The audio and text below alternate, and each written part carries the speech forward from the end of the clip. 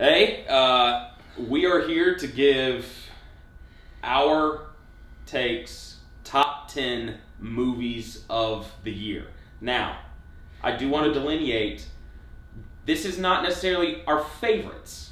This is what we consider to be, if we were having an Oscar list, we had our own Oscars and we're giving out awards. Like, that's the best movie. These would be our nominations for Best Picture. Yeah. I would. We'll have a video a little bit later of our favorites. Yes. And that'll include a little bit maybe more fun movies. Well, might be on that list.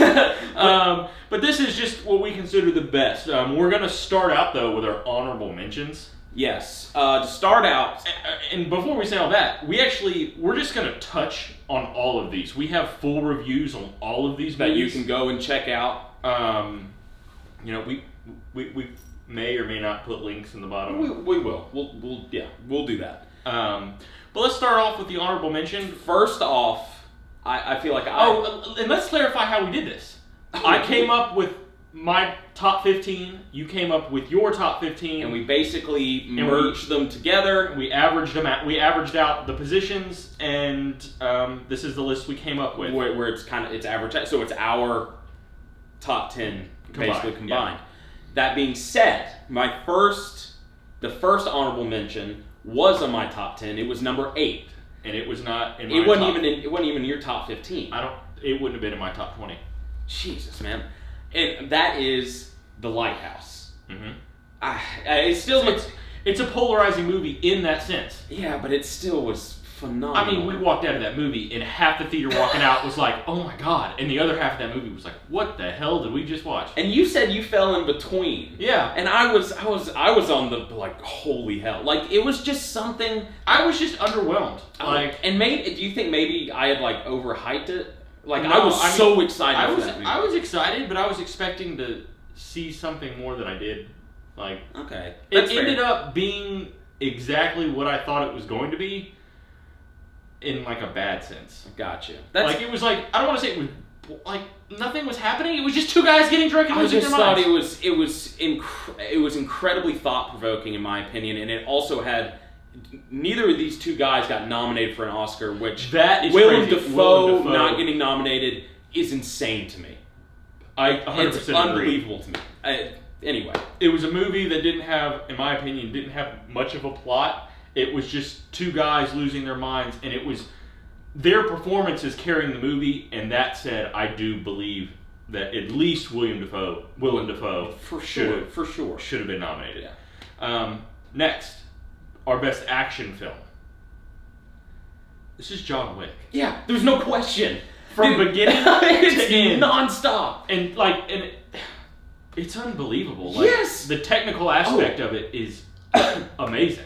I have, throughout the year, I keep thinking like, oh, what movie really just got like my heart rate as far as like hell yes type heart rate going, and I was like, oh, it's John Wick 3. Yeah. There were so many.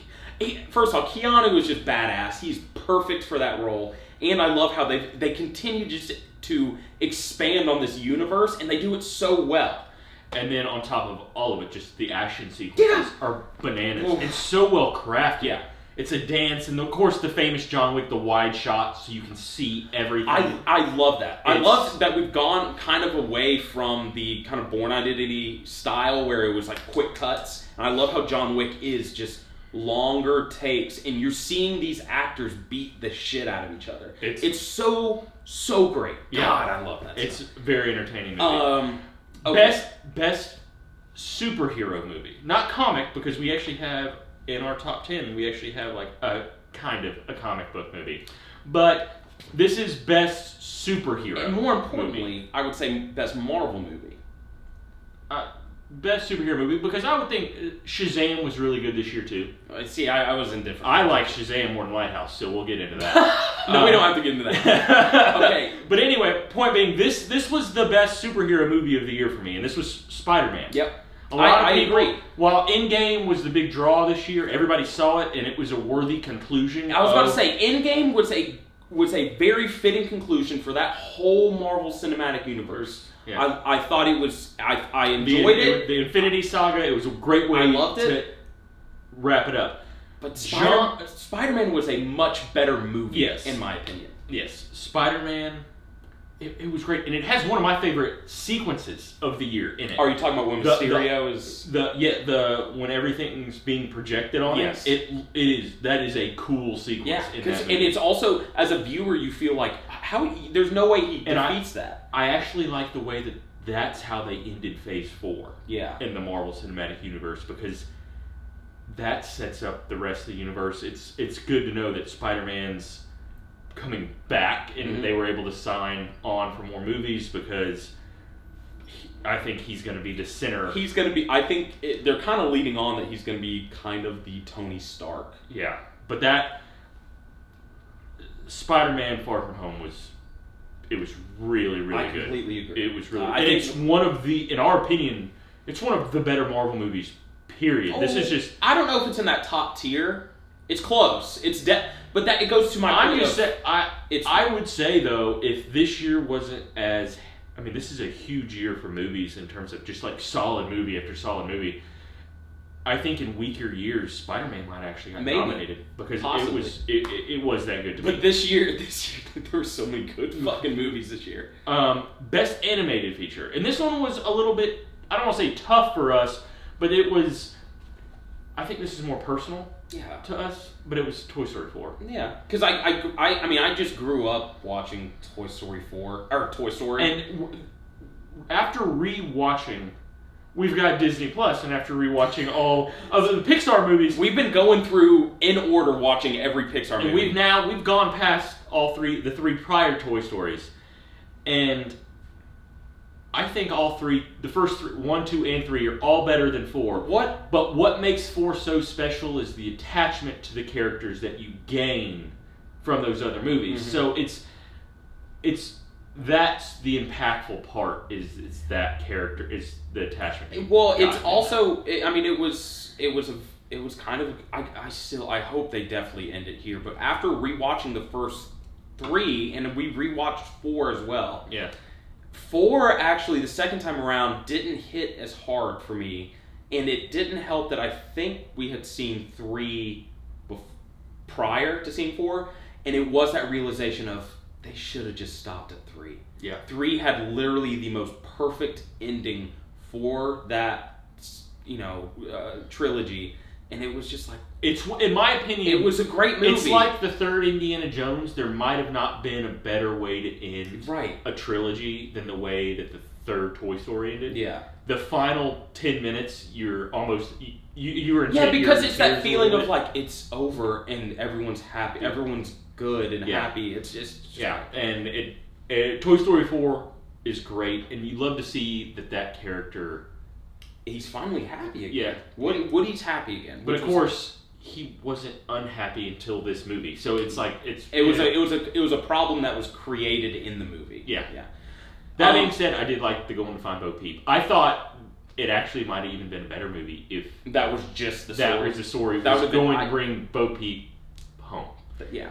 And our last honorable mention, and this is just because it was both number 11 on our list. It was just outside the list, and honestly, it's one of the most easy watches of the year. And it's fun. It makes you say, "Fuck yeah, America!" And it was Ford versus Ferrari. Yeah, Ford versus Ferrari was a fantastic movie. That it's a 2.5-hour movie that honestly feels an hour and a half. Mm-hmm. You have so much fun.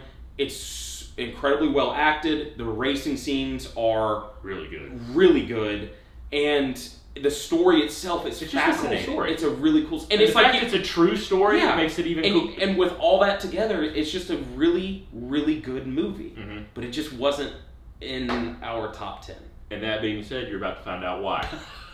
Okay. I start off at number 10. And this is a strong number 10 because this is actually, I think this is going to go down as the most iconic movie of this year. When we look back at this year, this will be the movie people talk about.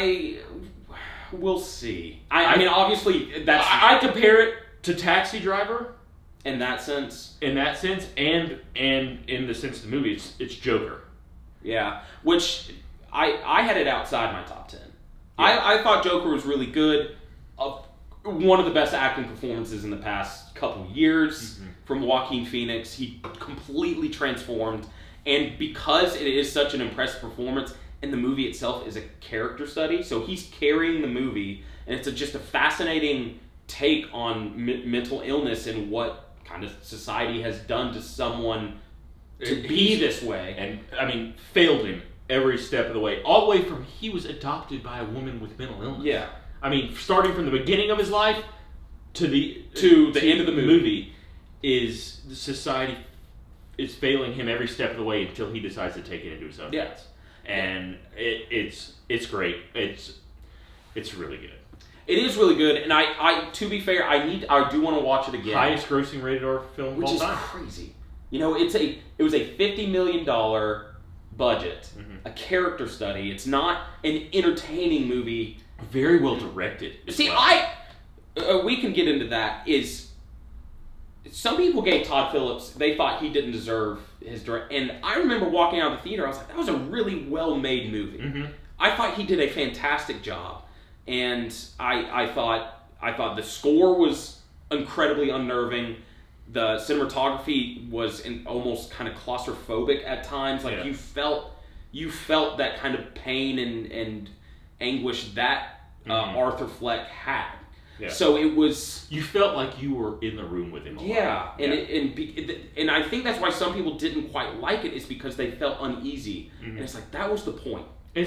Again, in that sense, to me, it is like Taxi Driver. Yeah. And but anyway, it's a great movie. Number 9 is this was one I've been looking forward to for years, and it came out, and it definitely didn't disappoint. I really enjoyed this movie, and that is Netflix's The Irishman.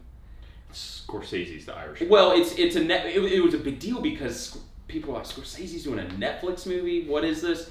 And I loved this take. Now, compared to his other gangster movies, it's not as good. No. But that being said, it's a phenomenal movie. It is very well. It's very well made. The acting, I mean, De Niro, Pesci. Pesci for me. I told you, Pesci's the one that I'm like, hell yeah. It was just good to see back on. Yeah, I know, right? But Scorsese, he does this genre so perfectly. Yeah. And it doesn't fall behind at all in this movie. And something I did really enjoy and love about this movie, I mentioned it in the review, was I loved seeing his whole life play out and him having to live with what he had done. And because it's so often you see in movies like this where it gets to a point and then it stops. And that's probably where the length comes in, because it's 3.5 hours. Yeah. And in a normal movie, longer than that, isn't it? No, it's 3.5. I mean, Kyle, that's 210 minutes. It felt like 4. See, I told you, it felt. The only time I started really feeling it was after he kills Hoffa.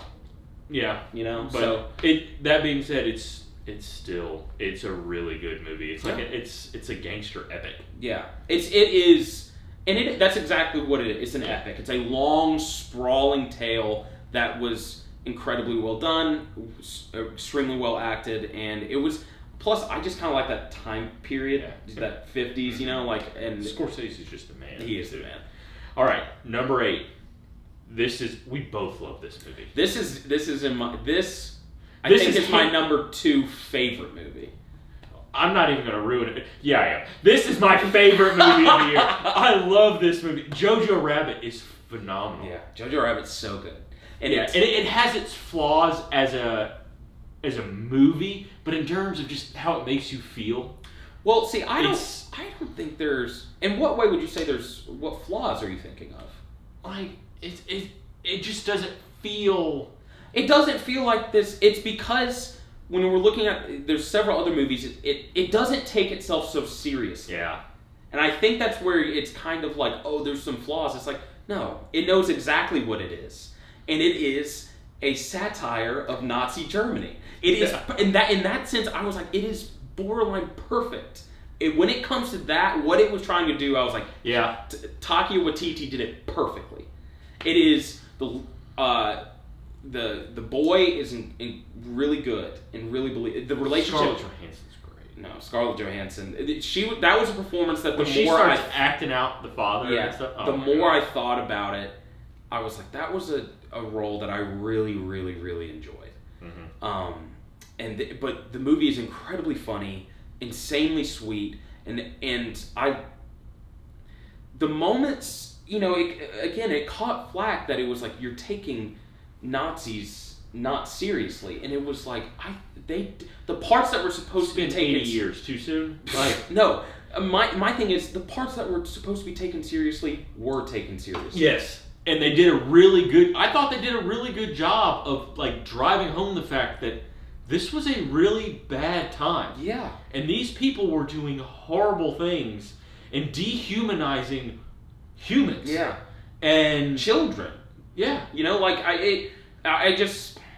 I thought it was just insanely well made. It was yeah, that was a poor choice of words on my behalf. That it's not that it has its flaws. It's not that it's flawed. It is that it's a satire, and so much so at times that you wouldn't, when you look at these other movies, it takes itself the least seriously out of all those movies.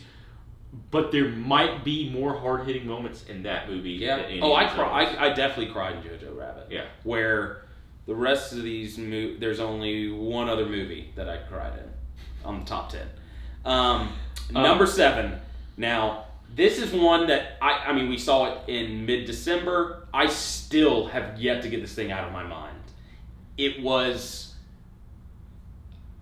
I still, thinking about the movie, I get panic attacks, and that is. I wouldn't go that far. Dude, I get anxiety, and that is the Safdie brothers' Uncut Gems. At number 7, it is Uncut Gems. This movie. How did Sandler not get nominated? I have no fucking idea. I thought that was. I told you. I thought the more I've thought about him, like he's better. He was better than Adam Driver. I thought he gave the second best performance of the year, Adam Sandler, and he did a good job of. You're so used to liking Adam Sandler because he is that kind of character. They've created this character, the Safdies did, that was a total scumbag and skee-ball and did everything that you don't want him to do, but you cannot look away. Mm-hmm. And because of that, it's like a train wreck. It really is, but it is so intense, and that you can't, exactly what I said. Like, you have to keep watching, because you're like, how is it gonna play out? And it's the final. Was well crafted. It was so good. Mm-hmm. And Adam Sandler. And if you had told me 3 years ago, Adam Sandler's going to be in a drama that's super intense, and he's going to be on screen every minute, and he's going to carry the movie, and you're going to think that's one of the best performances of the year, I would have laughed in your face. But he showcased, like, he is amazing, and that this movie, plus it was a story that you don't see a lot of movies about. Someone with an extreme gambling addiction, and they handled that quite well. Yeah, it's really good. It's so good. At number 5 and 6, we combined them because it was a points tie. We tied. So this is going to be like a 5A and a 5B. Again, and these two are in no particular order. The first one we'll talk about Knives Out. This was an extremely fun movie. Very fun. And this is a movie well written. Dude, I still stand by and that. Crafted. This is really good. I stand by, I think this was the best screenplay of the year. It might be. In the sense that every line of dialogue is important. Mm-hmm. There are so many callbacks, and you think you know something and then you don't. Like, it is an Agatha Christie story that has been picked apart in any flaw in an Agatha Christie story. They have been able to, Rian Johnson was able to make it his own and basically make it perfect. It is a borderline perfect screenplay. Mm-hmm.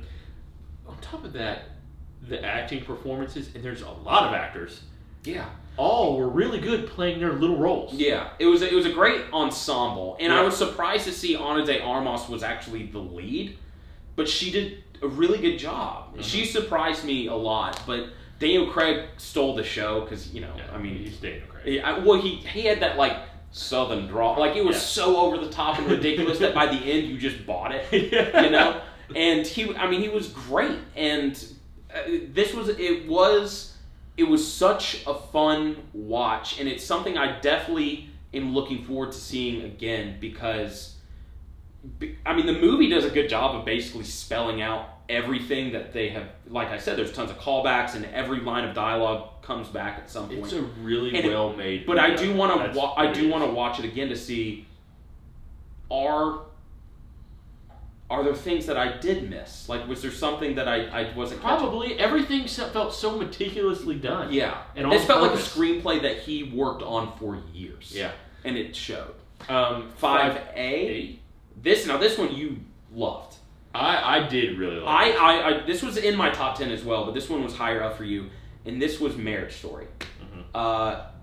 For this type of movie, like a familial drama that is dealing with divorce and a child's in the way, it is the best type of that movie I've ever seen. Yeah, it is, but what I like how this story was constructed, and then the two leads on top of Laura Dern. So Scarlett Johansson and Adam Driver and Laura Dern are all just unbelievable. Mm-hmm. But I love how the story's constructed, because while they're going through all this, you have heard what they wrote about each other at the beginning, so deep down they love each other. At some point there was definite love. Yeah, I mean, obviously they're not in love now, but at one point they don't hate each other at all. It's the showing of going through divorce and what that can do. Yeah. To what it brings out in individuals, mm-hmm. and it was powerful, especially individuals fighting over a child. And that's when both love the child more than any. Like, both take ownership of. I don't care. Both of them are looking at it. I don't care what happens. I just want my kid. Yeah. And it just shows what you're willing to do and say about someone else just to. It was an extremely powerful movie. There's no question. Mm-hmm. And it actually, through all of it, actually ends on a good note. Yeah, I thought so too. But it is. It's definitely one of the better movies. Another Netflix movie. Adam Driver and Scarlett Johansson. This one has one of my favorite scenes of the year in it, in terms of the way it's filmed and shot. And it's the one when she's meeting Laura Dern for the first time. The monologue. Monologue. Yeah, it was really, That was I remember you finished, you're like, well, that was fucking great. I was like, yeah, man. Number 4. Now, this is one, you already spoiled your favorite. This is my favorite. Yeah, this is one that grew on, when we did the review, it was the morning after we saw it, and as time passed, this grew on me more and more. Now, you've made the statement, you might think it's Tarantino's third best? Yeah. Oh, no, I'm sticking with that for sure. I don't know. I'm a huge Tarantino fan. Right. And I think he's made some of the greatest movies of all time, so it's tough for me to rank it that high in that list. But in terms of how I feel about it in the movies this year, this ended up, as time went by, I was like, no, that's just really good. It's really, the more and more I thought about it, and I watched the ending of it again with y'all. Yeah. That being said, I have seen this movie 4 times. I've still only seen it once and then the ending twice. But that being said, this movie is really good, and Tarantino is it's his homage to Hollywood. It was the golden age for him. It's the perfect hangout movie. Yeah. And it's filled with, and this was a movie that when I first saw it, when we reviewed it, I was like, Brad Pitt stole the show. Brad Pitt, And when he's the cool character, he's the one you do always want on screen, but the best actor in this movie was Leonardo. Oh, and that's, the more and more I thought about it, and the more of the movies I've seen this year, and I think back on that one, I'm going, you kind of overlook Leonardo, but there are moments where I think about it, and I'm like, he was amazing. He was so good in that movie. And the chemistry between him and Brad Pitt were perfect. Like, after seeing that movie, I was like... You're a good friend, Cliff. and Cliff's high on acid in the back of that ambulance. Now that ending sequence is that's definitely one of my favorite sequences of the year when the 3 kids come and Brad Pitt's high on acid beats the shit out of them, and then Brandy. Oh, the dog. I'm telling you, and then Leonardo gets the flamethrower. Yes. And then the neighbor. I love that. That was incredibly sweet. Yeah. How Leo looked at Sharon Tate and Roman Polanski as these monumental figures, oh, they don't care about me. And it turned out they were oh man, Rick Dalton lives next door. Yeah. And that was awesome. And that was that whole thing. Like you said, it was an homage to what Hollywood. happened? And he's like, really? And then he's like, yeah, and then I had to finish him off with the flamethrower. What? You got a flamethrower? And he's like, yeah, from that movie, I got to keep it. And I'm telling you, it's such a fun watch for me. And the complaint really is that there's kind of a lack of plot. There's not really a plot. And I was like, if you go into it with that mindset of no, you're just going to watch people kind of hang out and just kind of show their jobs. But it's because it's Tarantino and it's extremely well written. Yeah. That every moment in this film is captivating, whether it's funny and kind of intense, or when you're seeing Leo struggle acting, him coming to terms oh, I've fucked up, I have missed my chance at being a star in Hollywood. And I thought I think it's Tarantino's 3rd best movie. It's his most mature movie. And it's something that I can watch over. I've seen it 4 times, and I can watch it over and over. I would say it probably has the most mass appeal. Yeah, Tarantino movies for sure. Number 3, Little Women. This I think was a little bit of a surprise for both of us. I love this movie. I loved this movie, and you're right. It was a surprise, and it was a surprise not necessarily because we thought it was going to be not good. It was a surprise because when you first heard it was being made, you were going, was that really a story that needed to be retold? Yeah. Because it had been done a couple times. Numerous times, yeah. But the people that got to be in it were really good. This might be one of the best directed movies of the year, and it's a shame. It is a shame that Greta Gerwig she didn't get nominated. I am glad she got nominated for screenplay because the screenplay was great. I love how this was a new twist on this story. Yeah, it was told it was a non-linear story structure. It was a movie that this was the 2nd movie on this list that I said made me cry. This one definitely made me cry. And it helped that I had no idea what the story was. So I. Going into it. Oh, you had never seen any of the others? No. Oh, okay.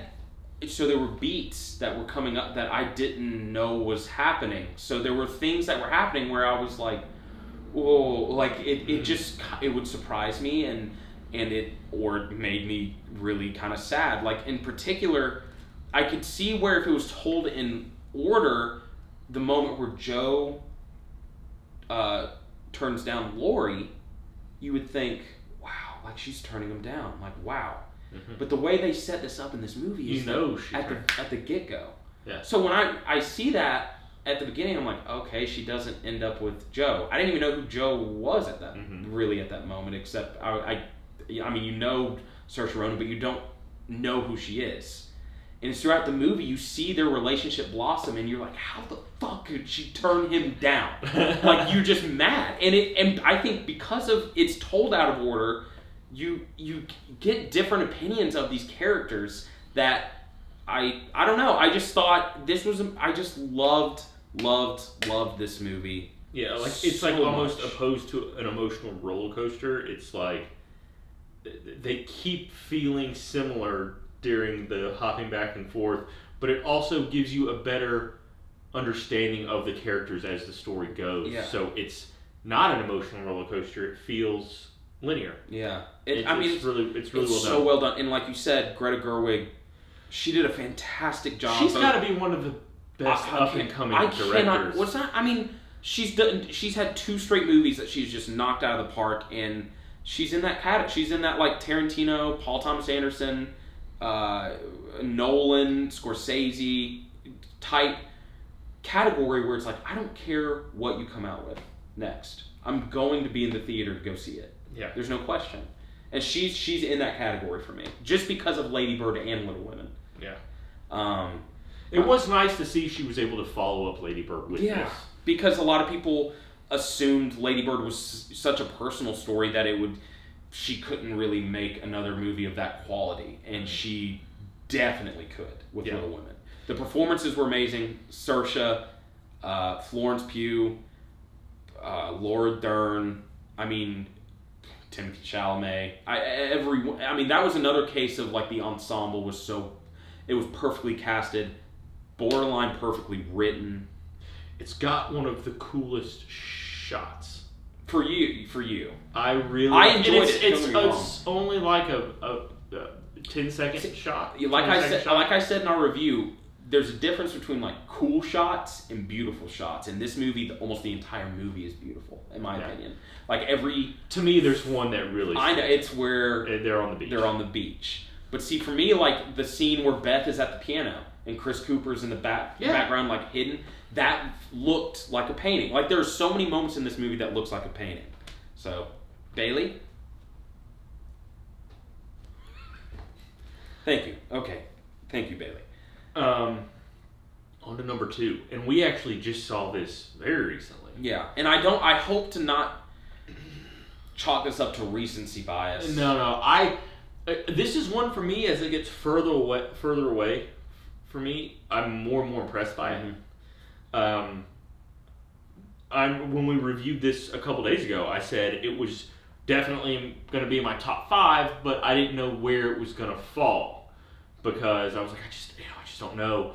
Part of it is the fact that you're watching it the whole time. You're like, it's kind of tiresome. And it's because you actually feel like you're right there with them.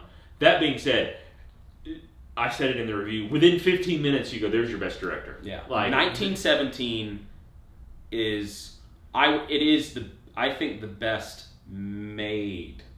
Yeah, I don't know. Number 1. No, I know. But this 1917 it's unique. Yeah, it's one. I would argue it's top 3 war movie of all time. Again, I don't want to chalk it up to recency bias. I would put Saving Private Ryan above it because it has a little bit the story, character development, and like the story involved is a little more heart-wrenching, but there might be some other war movies that I might put above like Star Wars. I'm kidding. Clever. I'm kidding. No, there are definitely some other war movies. Even recent memory, Dunkirk was great. Yeah, but I love Dunkirk. I told you Dunkirk I thought was Nolan's, I would say third best. I still think 1917 might be better. Oh, I don't know about that. Anyway, we're not comparing those movies. This number 2 on our list is 1917. It's incredible. It's in one amazing shot, or it feels like it's in one shot. Minus the getting knocked out in the middle. You can tell there's also times like maybe they go behind a rock or something and it may have been just cleverly edited. It probably was. And it's. But that being said, it feels like one shot. The editing is seamless, so it does feel like one shot, and because of that, it's so intense, so intense. And this also has another kind of favorite sequence of mine is where he's in that town at night and it's on fire and the flares are going across, and it's really cool. But that being said, this whole movie feels like one giant sequence. That's part of the appeal. It's so good. That's part of the appeal, and it's something you watch, and it's why you go to the movies. That I'm so glad. That was a movie I was like, I'm so glad we went and saw this in theaters, in IMAX. It's a movie you need to see with the loudest sound, the biggest screen. It's such a well-made movie, and it is. It's an experience that I hadn't really had in a movie before. Yeah, and it's excellent. And the moments where things, I wouldn't say it's not like jump scares per se, but where all of a sudden a bullet will come through, or there's an explosion. It usually, because you're on the edge of your seat and you're with these guys, it is unexpected. Makes you feel like you're there. You're like because when movies cut, you feel like It's a definitive end to that scene, and then start of a new one, and you know something's got to happen in this part. But this, because it's following the whole way, you don't know when stuff's coming and when it's not. And I agree. It really plays well into a war film as well. That being said, number one, number one and number two were definitive for both of us. Yeah. This movie, I told you, might be one of the best movies of the past 5 years. Possibly. It's definitely my favorite for this year, and it's without a doubt. And that's saying something. I'm not a big subtitle foreign film person. I know. But Parasite is the best movie. Parasite's incredible. First of all, this is the most well-crafted movie of this year by far. Mm-hmm. How if you go into it blind, if you don't know anything about it, go into it blind. Even if you've seen the trailer, it doesn't give away. It doesn't give away too much. But when you watch it for the first time, and you see how everything's starting to lay out, at first you're like, it's a dark comedy. This is like one of the best dark comedy setups I've seen in a long time, possibly and ever. Then it twists. When it changes, when it's that genre change, it's a complete tone change to thriller. And that sequence from when they're in the house and they're drinking, and then and that goes, and then the family's coming back home, all the way into the end, that whole ending of that's the best sequence of the year for me. That was something I went from. It's like the last third of the movie. no, not all the way to the end. I mean, just that until the family gets home. Gotcha. Because you go from laughing and you're like, God, they're getting away with this, and then a wrench. There are some laugh out loud moments. Yeah. In the first. Well, on top of there being like funny lines, it's just the premise itself. You're like this is wild. Yeah. What they're doing. And another thing that they do really well. This is a movie. Usually in movies like this, there's this whole because clearly it's a movie about class and about kind of rich people, poor people, and how. And in movies like this, usually the rich person kind of comes off as like a mean person or someone that's the bad guy. Yeah. And in this, there is not really a bad guy. It's fascinating because it's just like it's how the system's set up. So it's just like the rich people don't know that they're being offensive or. And the only offensive thing they say during the whole thing is they kind of smell funny. They smell funny, yeah, right? They smell weird. And they all smell the same. But that's my point. Is that And they said it's not a bad smell, but it's distinct. And it goes into it's not. No one's a bad guy. It's just that's just how they either were raised or that's just the environment that they've become accustomed to. And at no point did they ever think they were saying it in front of these people. No. They just had. And that's another thing that's so brilliant is when you look back and you're like, they really weren't being mean. They were talking behind their backs or in private, like normal people talk in private. Mm-hmm.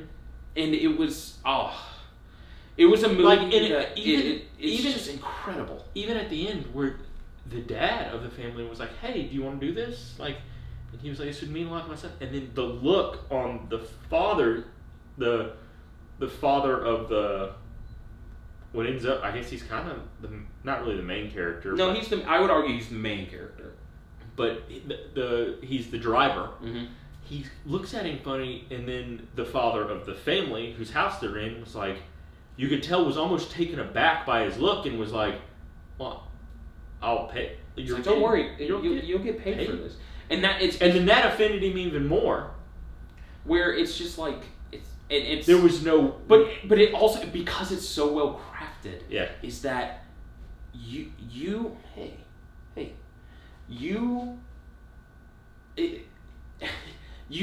from a viewer standpoint, you're thinking, wow, he really is offending him, and it's like he's in no way is he trying to or thinks that he is. Yeah. Because honestly, the poor family, what they were doing was extremely shitty. Oh. Horrible. Which is, and it's crazy that you were really rooting for that. You're feeling bad for this family, but when you really take a step back, it's like, wow, this was shitty of you. Mm-hmm. Oh, man, the movie, it's incredible. I'm telling but in particular, everything about that movie is amazing. And that's where I'm like, I don't know, like, as far as the best director, Bong Joon-ho, and, I mean, he wrote it too, like, it is, like I said, it is the most well-crafted movie I have seen in a long, long time. And, I mean, it's number one for a reason. Like, every movie that we would see after it, I'm like, wow, that was incredible. Wasn't as good as Parasite. Yeah. Like, every single movie. Every single one. It's nuts. We walked out of that movie going, that's the best thing we've seen all year. Like, and as the year went on, we kept going, that's really good. It's not Parasite good, but it's really good. Yeah. Like, there were movies you're like, oh, this is a good movie for this year. I'm telling you, for me, Parasite was like, this is a good movie for this decade. Mm-hmm. You know, like, I don't know if it's the best movie of the decade. I mean, there's tons of movies that came out, but, I mean, it has to be in consideration. Yeah. So, I mean, this is a strong year for movies. Beyond strong. Every movie we see, I'm like, I mean, this movie's incredible. Yeah. Like, this is one of those movies, I mean, years people will look back and go, wow, like, that was an insane year for movies. Mm-hmm. And there's movies that we haven't even talked about. Yeah. You know, there was Dolomite, there was Midsummer, there was Endgame, there was Shazam, there was Us. There was Booksmart, there was... Oh, we didn't even talk about Booksmart. You know, like, that was... Long Shot. Like, and then there were movies like... I think Booksmart would have been our number 12, right? That we had that Booksmart was number 12. Right after Ford versus Ferrari on Booksmart. That's going to be a generational defining I agree. comedy, and that's not even in our top 10. There was Hobbs and Shaw. You damn right. But yeah, I mean, it was an insane year for movies that I loved seeing all these movies. I mean, I could highlight every movie that we just listed from the honorable mentions up. I mean, honestly, out of all of them, I think Uncut Gems and Joker are probably the two that are somewhat hard to digest. The rest, I think you could easily watch. Well, even Marriage Story could be a little hard to digest. Well, I think that's more of that's a personal problem. Anyway, that was our take and our top 10. Our takes top 10 of the year, but top 10 best. Top 10 of best the year. Our favorite list is going to more than likely be. Well, I mean, there may be a few, but I think I've done mine, and mine's a little bit different. No, I know. But I think with our favorites, we probably won't list them in order like this. It'll basically just be a list of 10. So, but yeah, that was our top 10 best. And catch us next time. We will be giving our favorites, and we'll catch you next time.